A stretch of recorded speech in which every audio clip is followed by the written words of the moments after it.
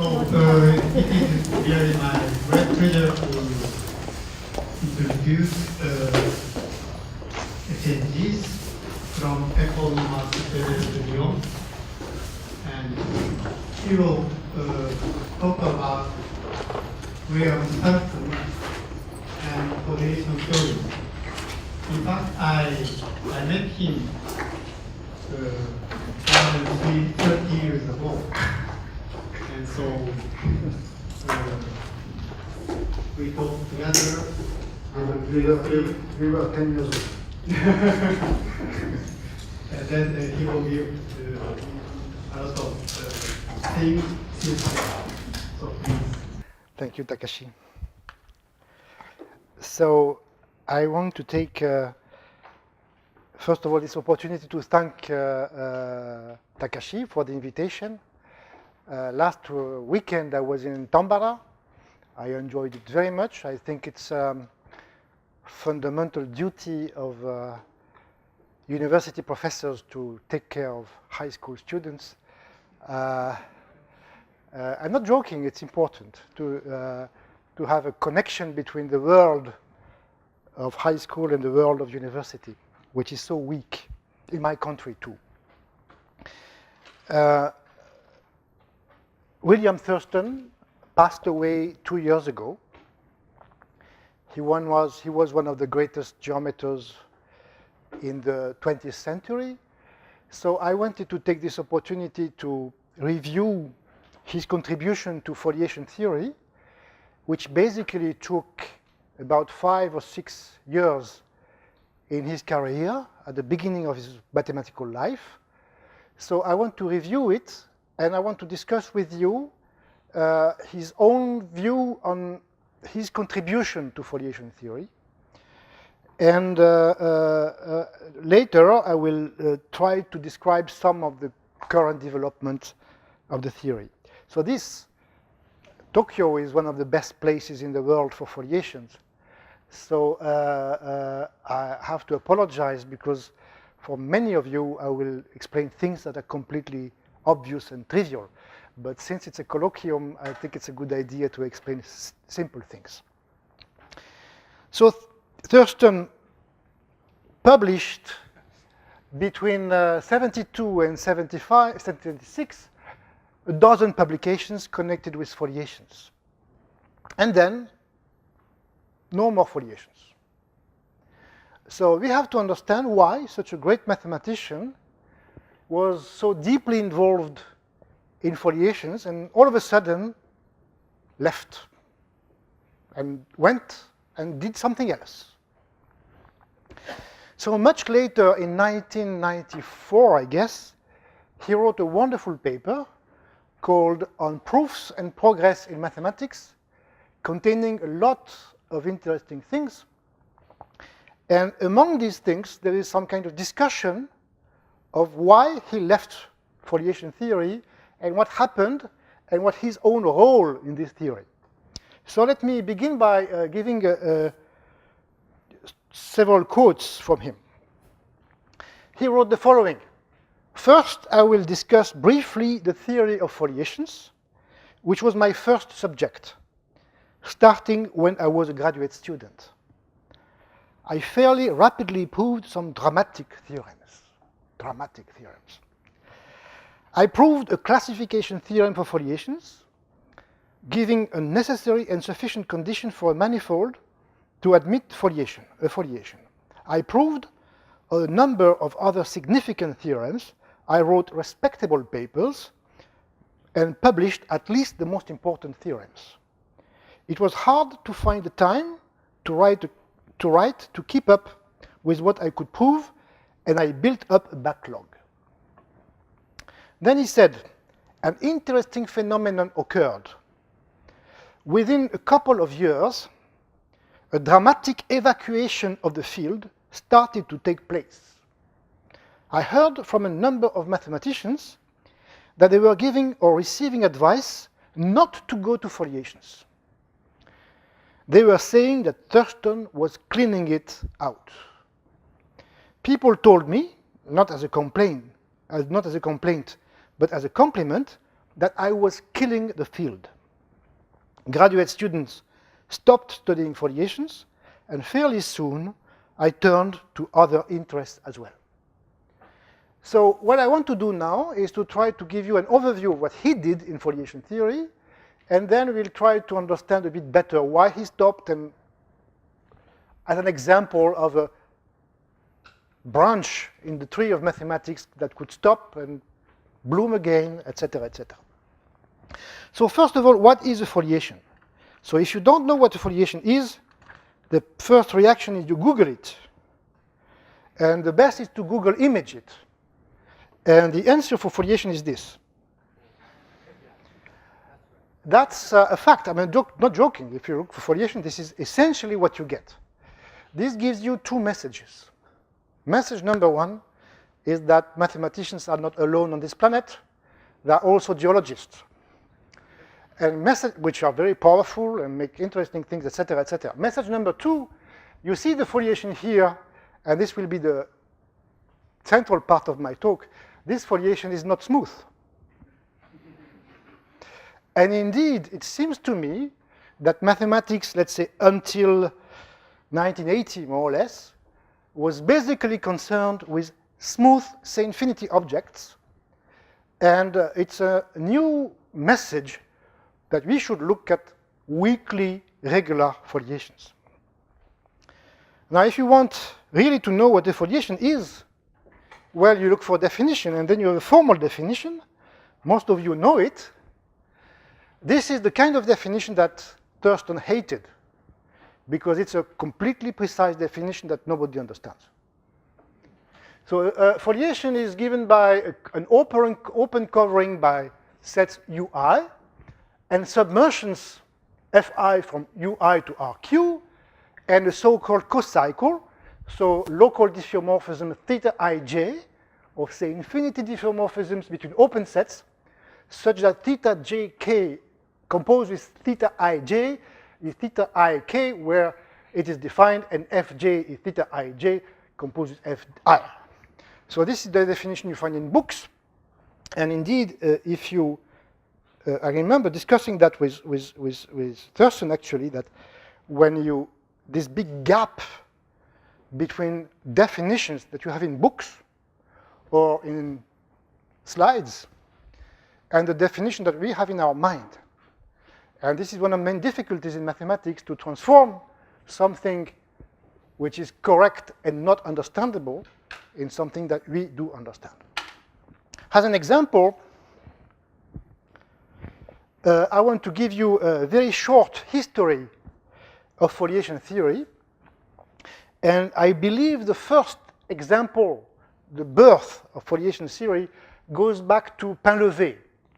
So Bldg was a student of Poincaré, and Poincaré received this famous prize from the King of Sweden, and he was supposed to go to Oslo to receive his prize, and he was busy, so he sent a student. And the student was Bldg. And Bldg was supposed to give a course on the differential equations, and this is the lesson 1.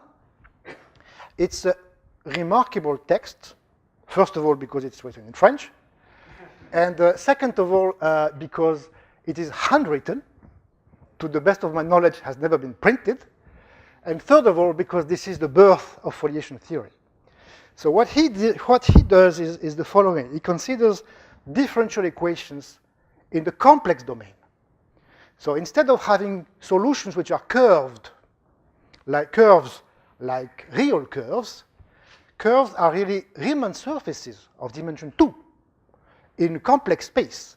So Bldg is the first one to say, let's look at the decomposition of the full space in leaves which are Riemann surfaces and which might have some topology, for example, which is not the case for real differential equations, for which a curve is just a curve, just a line.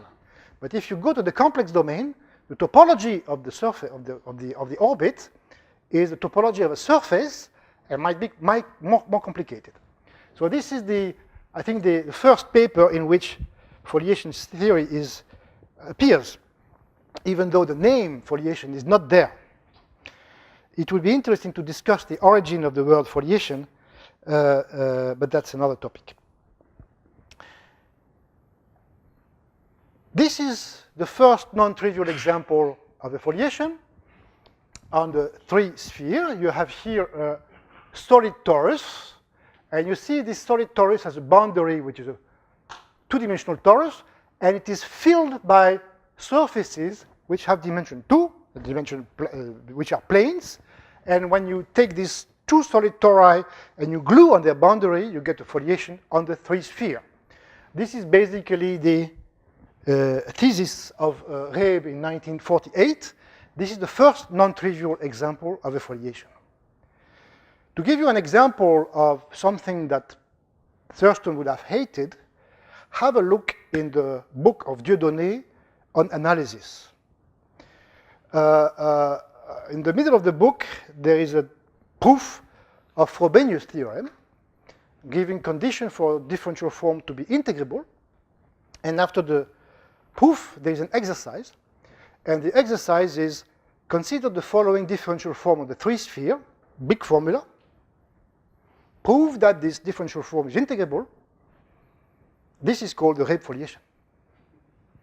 So Dieudonné does not consider interesting even to draw a picture or even to explain what the Reeb foliation is.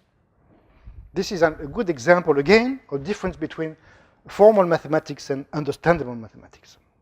The next step in foliation theory are explained here. I told you 1895, the Leçon de Stockholm by Bldg, 48, the Reeb foliation, and then in 55, the PhD thesis of Häfliger, where he proved that on spheres, there is no codimension 1 foliations which are real analytic.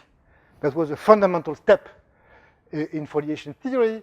And then in 64, the theorem of Novikov, according to which any codimension 1 foliation on the 3 sphere somehow looks like the Reeb foliation, has somewhere a solid torus foliated like the Reeb foliation. And then came in 68 the wonderful theorem of Bott, which gives topological obstructions for a plane field to be homotopic to a foliation. So some plane fields cannot be homotoped to the plane field tangent to a foliation. And then in 70, the construction of the classifying space of Häfliger that I will discuss a little bit later. So I put this list of historical moments in the theory of foliations because maybe I should not do that in front of the camera, but if you speak to any American topologist, they are convinced that foliation theory has been created by Thurston. So, but I want to emphasize that before Thurston, all these great mathematicians, all of them are great. Huh? All these great mathematicians worked hard.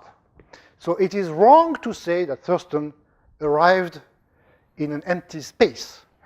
He constructed theorems on a basis which was already very rich. So let's go to Thurston. Thurston in 71 was very young. How was he? He was born in maybe 25, something like 25. So let me tell you the story, and then I'll come back to that later. It happened in Switzerland. No, not in Switzerland, in Germany. In Oberwolfach, there was a meeting in which Thurston was not present. And in this meeting, Jacques V, gave a talk, and he explained the construction of what we call today the Godbillon-V invariant. I will discuss that later. So he explained the construction of this invariant. At the end of the talk,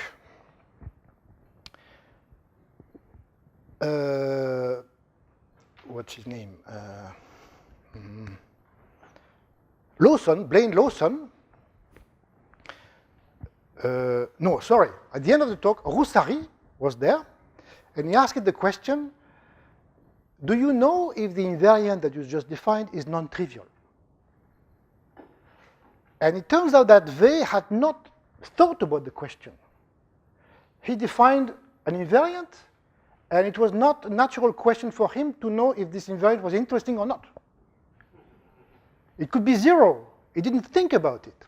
You have to know that 71 was a terrible time for the French mathematics, only Bourbaki style. No example. No example. So they did not know an example. And Lawson went back was in the room. He went back to Berkeley, discussed with the young student Thurston, and he said to Thurston, we know no example where the invariant is not 0. The same night, Roussari had found an example.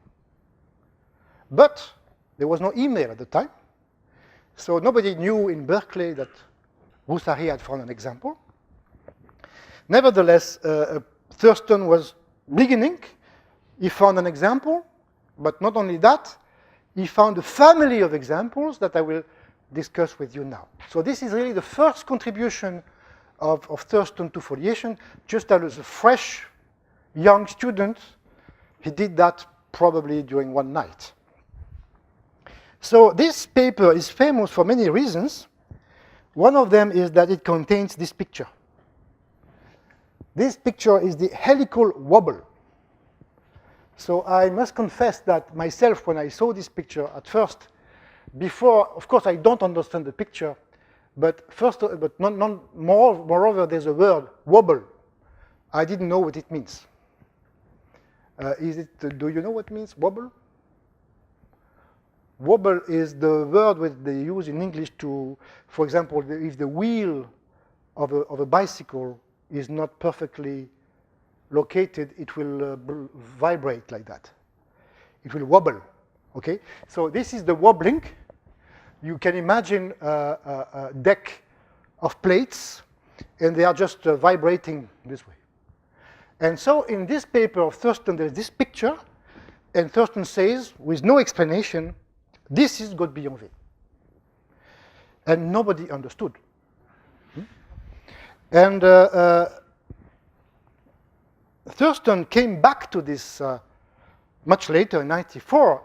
He was sorry about that. He said, I threw out prize cryptic tidbits of insights, such as the Godbillon V invariant measures the helical wobble of a foliation that remained mysterious to most mathematicians who read them. This created a high entry barrier. I think many graduate students and mathematicians were discouraged that it was hard to learn and understand the proofs of the key theorems. So again, Thurston apologizes because he wrote papers that nobody could understand. And this is what we all do. I mean, can we continue for a long time writing papers which are not understandable? That's a fundamental question. So it's time to explain what the wobble is. This is a picture that I took in the Santiago de Chile. This is really the wobble. It's time to explain the Godbillon V invariant. So the construction of Godbillon V is very simple and again totally ununderstandable. Even though each line that you will see is understandable. So you start with the codimensional foliation, transversely oriented. You define it by differential form omega, one form. Since it is integrable, the Frobenius theorem tells you that omega wedge d omega is equal to 0. Therefore, by linear algebra, there is a form alpha such that d omega is omega wedge alpha. You prove, and this is an exercise, that the three-form alpha wedge d alpha is closed. And then you prove, this is another exercise, that the cohomology class of alpha wedge d alpha in the third cohomology of M is independent on all choices. Does not depend on omega, does not depend on alpha, only depends on the foliation. This is called the Godbillon V invariant of F. This is a cohomology class.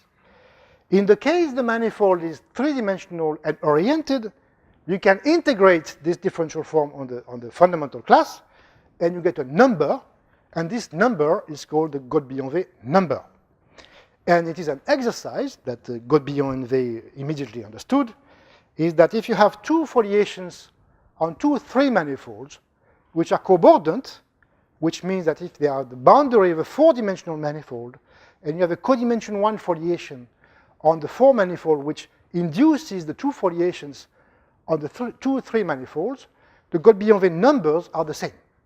So it's a cobordism invariant of codimension 1 foliations. So again, I think each one of these lines is understandable, I believe, but I would say that the collection of these lines is not understandable. And still today, we don't really understand that. And I will discuss that a bit more. So what Thurston did in his very first paper is that not only he proved that this Godbian-Way number might be not zero, but he found a collection, a family of foliations, depending on the parameter lambda, such that the foliation, such that the Godbian-Way number of f lambda varies continuously as lambda varies. So not only it is not zero, but it can describe a full interval. And his construction is really great, but again, it took a long time before people could understand it. I remember that was it in the book of Tamura, no? There is a long, I couldn't check it because it's written in Japanese, no? At the time, it was written in Japanese. First Japanese, in Russian. Japanese, then Russian, and no French. No French. Okay, so the point is that you have, this is very interesting. The paper of Thurston gives this example in one page, even one half of a page. And to understand it, or to make it explicit, Tamura had to write 40 pages. No, not so. Many pages, no? Several pages. So this is a good example of one fact that you can explain in two different things, two different ways. Either it could be short, complete, and not understandable, or detailed and understandable. In this paper, Thurston mentioned, not this paper, in the paper on Proofs and Progress of Mathematics, Thurston explains something that I believe is interesting. He says there is a difference between the simplicity of a theorem or a mathematical concept in your mind and the simplicity of the same concept in a published paper. So you could easily find examples of things which are so clear and understandable for you, but as soon as you want to express it to somebody else, as soon as you want to transmit it on paper to somebody else, it becomes complicated. And conversely, you have things which in paper are very simple and that requires years to understand for yourself. And I recommend really to read this paper of Thurston. Oh, somebody calling me from.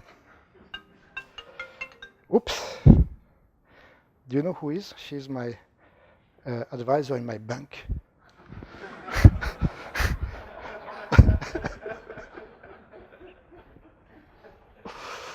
I will tell her next week. Okay, so let me show you the construction. It's very easy in principle. You take here, this is a picture of the Poincaré disk, and this is even a picture of the unit tangent bundle to the Poincaré disk. So a point in this unit tangent bundle is a point in the disk and a unit vector tangent to the disk. On this unit tangent bundle, there is a canonical foliation when you say that two points, that is two vectors, are in the same leaf when they point to the same point at infinity. This is a codimension 1 foliation on the unit tangent bundle to the disk. Now the trick is very simple. You are going to take the quotient of this foliation by a group of isometries. So you do, as you do usually, you take, for example, an octagon, a regular octagon, and you identify sides in the usual way to produce a compact surface of genus 2. If you do that, since all identifications are isometries, well, these identifications will preserve the canonical foliation I described for you earlier, and this will provide a codimension 1 foliation on the unit tangent bundle to a surface of genus 2. And if you compute omega, d omega, etc., you find a number. And this number is not 0. And this number is not 0, and this is the example that Roussari had found. But this number is not 0, but is an integral multiple of pi. This is due to the Gauss-Bonnet theorem. So if you want to move the value of the Gold-Biot number, you might try, if you wish, to modify your octagon, to change its shape in the Teichmüller space, but you are fighting against the Gauss-Bonnet theorem. The Gauss-Bonnet theorem tells you, no, you cannot change this integral. So the trick of Thurston, this is very, very clever. Thurston said, well, let us change this octagon in such a way that when you glue the sides, the sum of the angles will not be 2 pi anymore. So when you do that, you create something which will be the unit tangent bundle, not to a surface, but to a singular surface with a singular point. So this is not a manifold. So what Thurston does is just take a tubular neighborhood of this singular locus, delete it, and put a red foliation there. Boom. Then you compute the number, and indeed, you are not fighting anymore against Gauss-Bonnet, and really, you get the example of Thurston. So this is 2 minutes explanation that requires probably 6 months for a graduate student. Huh? Okay. Now I come to the main open problem, which is still open today. Personally, I spent a long time on it. I think Takashi even more than me. This is really the fundamental problem that is still open today and that Thurston could not solve. The question is this Gold-Biot number the unique cobordism invariant of foliations? In other words, if you can consider this group, the abelian group of cobordism classes of foliations on 3 manifold, each class has a Gold-Biot number, and the question is this homomorphism, the Gold-Biot number from the cobordism group to R, is this an isomorphism? This is a very fundamental and simple question. Is it true or not that one can characterize manifolds, foliations cobordant to 0 by the fact that their Gold-Biot number is 0? This question has been open since 1971. And even though Thurston left the space, this question is open, interesting, and I encourage students to go into this question. This is a wonderful, open, fundamental question. So you should not believe that Thurston left the field because there was nothing more to do. The main open questions are still open. Let me continue and explain what Thurston did probably the following month or something. Thurston defended his PhD in 72. And this is also a very interesting story. He proved a wonderful theorem. I will discuss it for you. He wrote it as a PhD, and he sent it to Invenciones. And the referee was, I know him, I cannot say. It was not me. I was too young. And the referee considered that the paper was not well written, which was totally true. So he sent a letter saying that the paper was interesting, but it should be written again, and Thurston had something else to do. So he never wrote it again, and this thesis has never been published. This is also an interesting story. Some great mathematicians, probably Gromov, for example, they write terrible papers, and it is our job to read them, try to understand something. It's not always easy, and maybe to comment on them. And should we reject them? This is what happened for this thesis. So this thesis is not published. So here's the content. You take a three-manifold, which is a circle bundle over a surface. So it could be, for example, the unit tangent bundle, for example, but it's any manifold which is fibering over the surface with fibers circle. You take a codimension 1 foliation in this three-manifold, and you assume that this foliation has no compact leaf. And the theorem of Thurston is that you can isotope the situation to make things in such a way that the foliation is transversal to the fibers. This is important because as soon as you can do that, you can see that the foliation is defined by the monodromy of the representation from the fundamental group of the basis to diffeomorphisms of the circle. So it's a way somehow to describe all foliations on circle bundles with no compact leaf. That's a fundamental theorem, which again is not published. The proof is almost correct. There are some mistakes, but not much. And you will see that this theorem was very important for him in the later work. Then I should say a word about Häfliger structures, gamma structures. Again, in the 70s, again, it was the time where categories and functors were very important, still today, but people were really thinking functorially. And the bad point with foliation is that if you have a manifold with a foliation, if you have another manifold and a smooth map from the second manifold to the first one, you would like to pull back the foliation by the map. But usually this is not possible. It's only possible if the map is transversal to the foliation. So in general, you cannot pull back. So it's a bad point of the theory.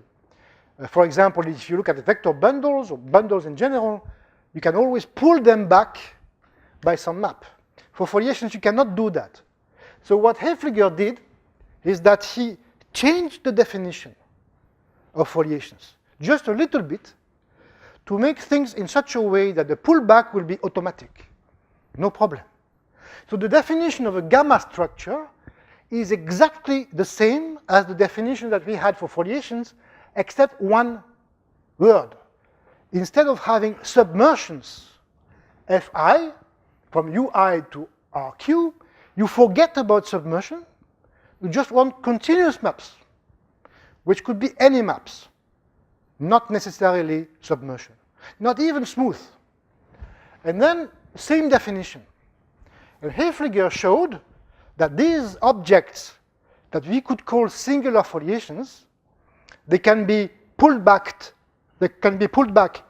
easily by definition. He showed that there is a classifying space. Classifying space is just a universal object equipped with a gamma structure, which is such that any gamma structure is the pullback by some map, just like for vector bundles. At the time, it was something very theoretical and very hard to understand, and this space is still a complete mystery. So Thurston, of course, knew that. And Thurston proved in 73, so you see 71, 72, 73, he was busy. So 73, he proved something fantastic. He proved that the generalization of foliation to gamma structure was not completely stupid. It was a generalization which was actually somehow not a generalization. He proved that any gamma structure is homotopic to a foliation under some obvious necessary condition. So the theorem is this: a codimension cube greater than 2 for gamma structure on a compact manifold is homotopic to a foliation if and only if some obvious necessary algebraic condition is satisfied. So somehow he proved that if you deal with singular foliations that you can pull back, you actually understand foliations with no singularity. It's a really fantastic theorem. Again, this was written in a paper which was submitted to Commentary, and the editor in charge was André Häfliger. And again, the paper was not very well written. This is a copy from the archive of André Häfliger of the original pictures of Thurston. And so Thurston wanted to include this in the paper, and the editors did not accept the colors. And they didn't even accept the picture. I mean, the professional drawing has been made, which made things much better. Anyway, so this shows again that Thurston was thinking in a not conventional way. And so this paper has been accepted, printed. We have some of the best experts in the world. Does somebody has read it? Did you read it? Did you check it? Okay. Okay. Okay, so Takashi is the holder of the truth. Because I met recently Hubbard. And Hubbard told me that he asked Thurston to explain to him, and Thurston couldn't. Okay, I trust you. 73, same year, Thurston proved the same thing in codimension 1, so you can get rid of singularities for foliations. So in 73, the situation was good. According to Thurston and Häfliger, foliations and gamma structures are essentially the same, and there is a classifying space for gamma structures. Now the question is, what is this classifying space? And this is the main question. And then came this wonderful theorem of Mather and Thurston, also 73, which gives us some link between the topology of the classifying space. You can see B, gamma, R, Q. So R is the degree of differentiability, Q is the codimension, omega Q is the iterated loop space. So forget about what it is, but this, on the right-hand side, you have the classifying space, and on the left-hand side, you have the classifying space of a group, which is diffeomorphisms with compact support of RQ. And Thurston and Mather proved that there is a link between these two spaces, and in fact, that there is an isomorphism in integral homology. It might seem completely abstract, but in practice, this theorem is some kind of generalization of the thesis of Thurston. You are given a foliation and you put it transversal to some fibration. You reduce any foliation to a group. So foliation is given on the right-hand side, and the group is given on the left-hand side. This is a wonderful theorem which has been written in full details by Mather. Thurston wrote a short note about it, which is short, and it is short.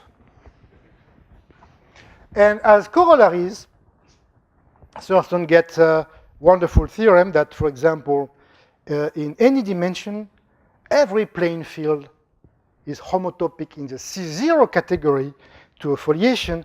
And then we have this wonderful theorem that I mentioned to you earlier, that the question the main question is what is the cobordism group of foliations in dimension 3? When is a foliation on a 3-manifold cobordism to 0? And due to this theory, you see that as a consequence, the cobordism group of foliations turns out to be isomorphic to the second homology of diffeomorphism group of the line with compact support. So we are reduced to understanding a very simple problem, the homology of a group, diff of the circle, of the line. So that's 73. Now, I want to mention also Gelfand-Fuchs cohomology, which does not answer the question of what is the cohomology of this group, but at least it tells us that the second continuous cohomology of diff of R with compact support is only the Godbian-Weil class. So it's a hint, maybe, that the only cohomology class available in diff of the real line is the Godbian-Weil class, which is a hint that maybe Godbian-Weil is the only cobordism invariant. And one of the key ingredients is the so-called Thurston's cocycle, even though I know that in Japan we call that the Tamura cocycle? Mizutani? Is it Mizutani? So why do I call that the Thurston cocycle? He published earlier. Who? Thurston. Oh. Thurston never published it. So the box, maybe. So all non-Japanese mathematicians call that Thurston cocycle for a reason that I don't understand, because he never published anything on the subject. Okay, so if I had tech here, I could change it. Okay, so this is a wonderful cocycle. You have 3 diffeomorphisms of the line, f, g, h. You take this determinant, log of derivative, derivative of log derivative, 3 by 3 determinant, you integrate on the circle, you get a number. I should say on the line, not circle. And the theorem is this is a homogeneous cocycle, which represents the Godbian-Weil class. And according to Gelfand-Fuchs, this is the only continuous cocycle. Okay. End of the story for Thurston. Thurston left foliations at this level. So this is a picture of Thurston and friends in the summer in Warwick, 76. Most of the people on this hay stack are known. One can see Minouche somewhere. Anyway, this is Thurston 76. And again, this is the end of his contribution to foliations. So I wish to read again two quotations from Thurston explaining somehow why he left foliations at this level. He said, I believe that 2 ecological effects were much more important in putting a damper on the subject than any exhaustion of intellectual resources that occurred. First, the results I proved were documented in a conventional, formidable mathematician style. They depended heavily on readers who shared certain background and certain insights. The papers I wrote did not and could not spend much time explaining the background culture. So he acknowledges the fact that his papers are not understandable. And then he says, the second is the issue of what is in it for other people in the subfield. When I started working on foliations, I had the conception that what people wanted was to know the answers. I thought that what they sought was a collection of powerful proven theorems that might be applied to answer further mathematical questions. But that's only part of the story. More than the knowledge, people want personal understanding. And in our credit-driven system, they also want and need theorem credits. So this is a strong criticism against our way of evaluating mathematics, and I like his way of expressing things. Okay, this is a picture of Gromov and Thurston, taken in 2010. I like it very much because both of them are, of course, fantastic mathematicians, but both of them are, have very strong views on communications of mathematics. Gromov has written many things about the way of communicating mathematics. Thurston has also written papers on communicating mathematics. And you can see both of them in a bubble. They don't speak together. Look, they are looking at themselves. It is really a shame. I mean, these two great men are not sharing anything. The beautiful picture. Okay, so now let's go on a little bit to Godbian-Weil invariant. One of the main questions about Godbian-Weil is, what does it mean? What is the qualitative meaning of this computation, integral of alpha wedge the alpha? And I believe that one of the main questions that is still open is written there. Suppose you have two codimension 1 foliations of class A infinity on a 3-manifold, and suppose they are topologically equivalent. A homeomorphism sends the first to the second. So they are qualitatively the same. Does that imply that they have the same number, the same Godbian-Weil number? I mean, many people in this room have tried, unsuccessfully so far. So this is, I think, the second fundamental question I want to emphasize. Is there a qualitative understanding of this computation of Godbian and Weil? This is open. I want to give 2 or 3 partial answers to these questions. One is an idea from Sullivan. Sullivan had the idea that the Godbian-Weil number is something like a self-linking number. So you have a codimension 1 foliation on a 3-manifold. So you have surfaces. You pick many points in this manifold. And you pick big balls in this manifold. So you can somehow look at the boundary of these balls. And the boundary of these balls gives you some complicated link in the 3-manifold. It's a union of many circles. So somehow you can think of the boundary of a foliation as being some kind of a link inside a 3-manifold. And a link, you can compute its self-linking number by taking the foliation and push it a little bit in a transversal direction. So these two links, the original one and the image, will link, give a number, and you might compute this linking number of the boundary of the foliation with itself. So formally, you compute this linking number, and it is a fact, this is a simple computation, that indeed the Godbian-Weil number of a foliation turns out to be understandable as some kind of self-linking number of the foliation with itself. Unfortunately, when the first time I heard about that, I was convinced that this was a way of proving the topological invariance, because the linking number is topological invariant. Unfortunately, it is much more complicated than that. But this gives some understanding, which is somehow not far from the wobble. You have this foliation, you approximate by disks, push it a little bit, you put the linking will tell you about this wobbling of these foliations.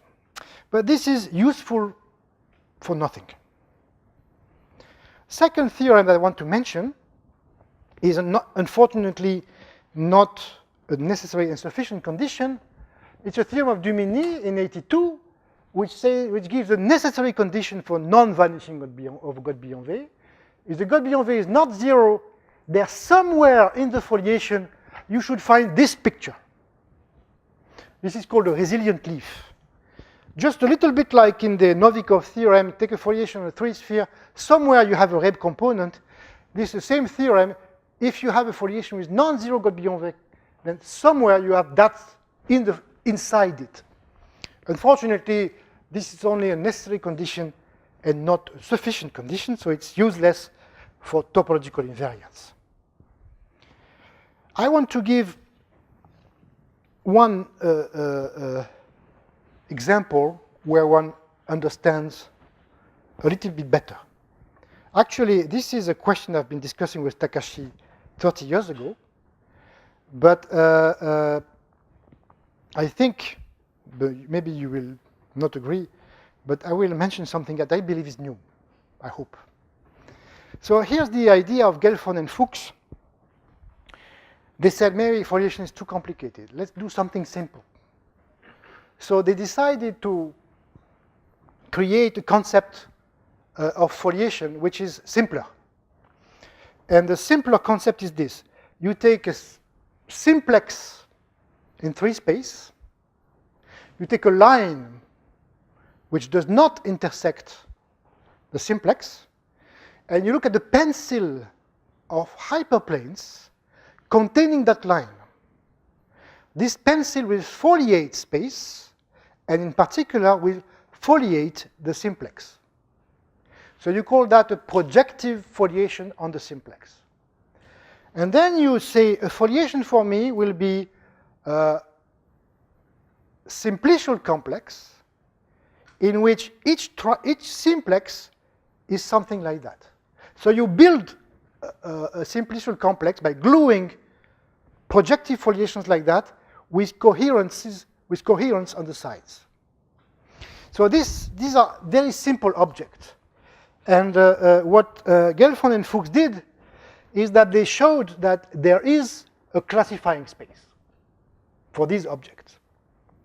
And they showed also that there is a non-trivial Godbian-V invariant which is defined on this kind of generalized projective object. So what I want to do now is I want to give you an understanding of the Godbian-V number for this. I remember we discussed that 30 years ago, and I told you maybe we could use the cross ratio. We were drinking a beer, I remember. And yes, indeed, here's the answer. So there is a function which is close to the dilogarithm, which is this function L of x, which is a function which is defined on the interval 0, 1.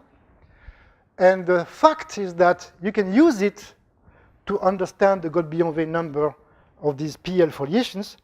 This is you take your pencil of hyperplanes. This pencil will hit your simplex in 4 vertices. So you get 4 planes. These 4 planes have a cross ratio, and you take the L function of this cross ratio. And the fact that I think I checked is that this number is indeed a cocycle and indeed represents the Godbian-V class of Gelfond and Fuchs. And from this, you get the analog of the conjecture I was mentioning earlier. You get the injectivity of the H3 of the classifying space of Gelfond and Fuchs by the Godbian-V number is injective. So it's a step towards the general conjecture. And now I want to finish by explaining a few important facts. One of them is what is the right, correct domain of definition of the Godbian-V class. You see that this determinant is essentially an area, because the integral of x dy is the area of a curve. So there was a lot of contributions. If the foliation is C2, that's easy. If the diffeomorphisms are C1 in such a way that log derivative has bounded variation, Dumini and Sergiescu did it. if the diffeomorphism is of class C1 plus alpha with alpha bigger than 1/2, Katok and Herder did it, and if alpha is less than 1/2, you cannot do it. So this is, the situation is really 3/2.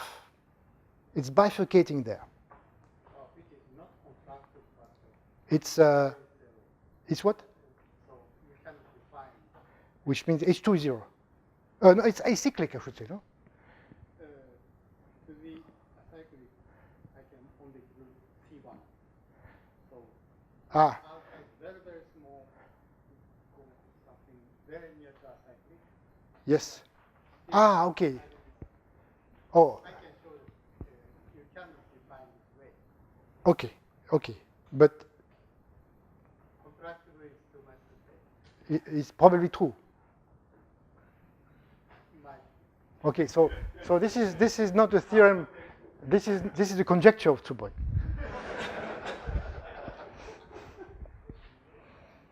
Okay, so now I want to finish by mentioning this, I think, very interesting topic on the Maliavin-Schaaf-Goulidze harm measure on the group of diffeomorphisms of the circle. Here's the question.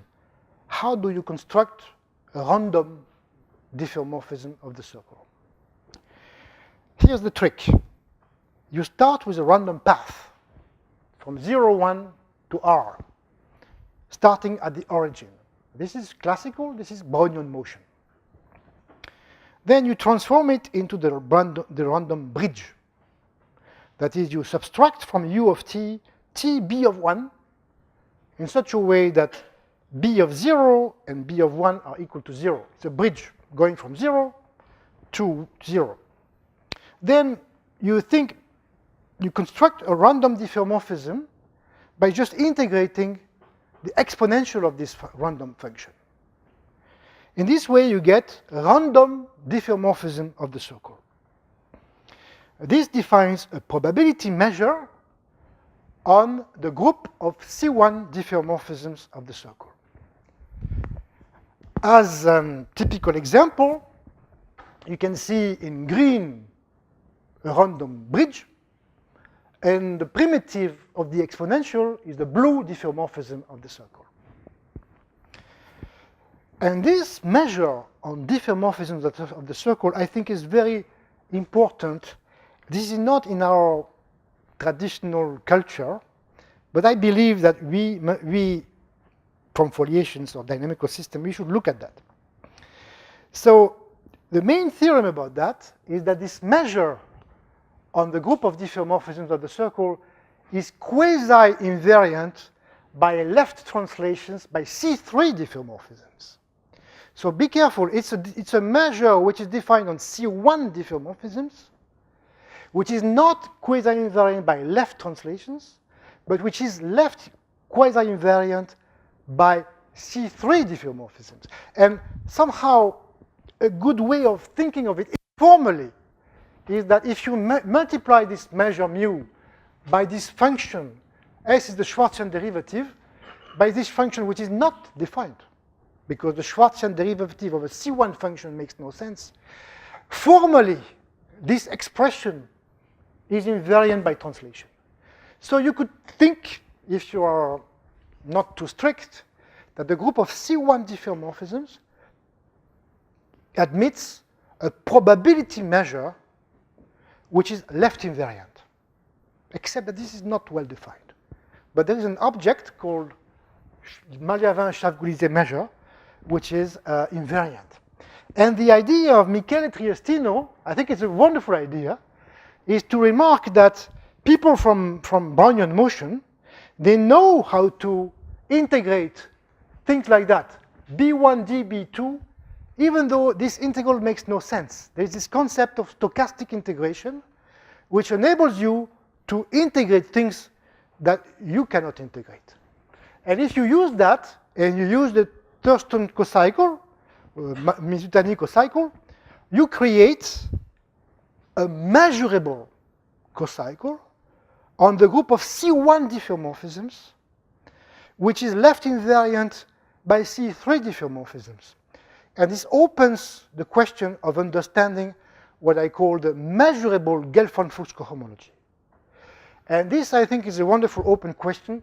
Try to understand the measurable Gelfand-Fuchs cohomology of diff 1 of the circle with respect to Malyavin-Schaaf-Gliese measure.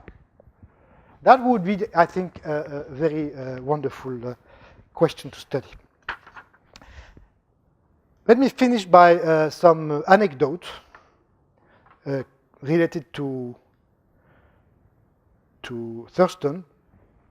I think I even mentioned that here a long time ago.